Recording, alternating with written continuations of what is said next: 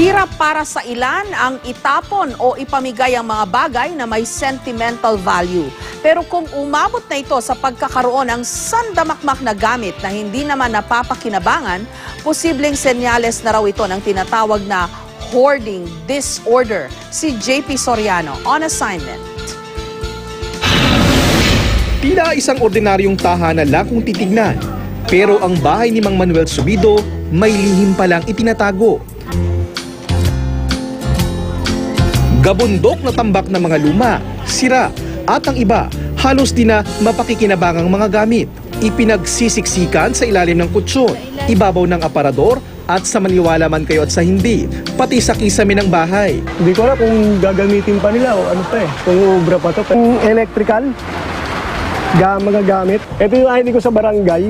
Ito yung mga una pa mga ID. Oh. Ang hoarding, ito yung sinasabi nating pag-iimbak na common sa ating mga creatures like tayo humans. Ito yung mga ginagawa natin na pangungulekta ng mga bagay-bagay. Nanginaya ako sa mga ibang gamit kasi kung pwede pa Hindi ko yung itatapon.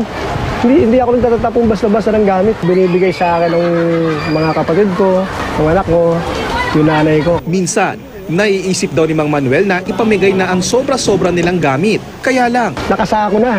Yun ang iano nga namin. Kaya lang, inaano namin, kung kanino namin pamimigay o ibebenta, hindi pa namin maayos-ayos kaya ang mga inipong gamit sa kisaming halos lumundo na pilit isiniksik.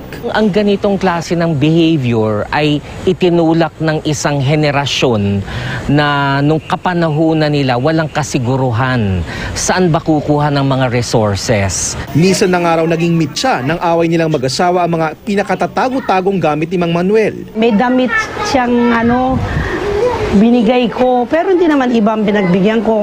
Damit, sapatos, ganun. Galit na galit siya sa akin. Kasi galing sa nanay niya yung galing sa kapatid niya. Sa susunod, wag kang mamimigay ng hindi iyo.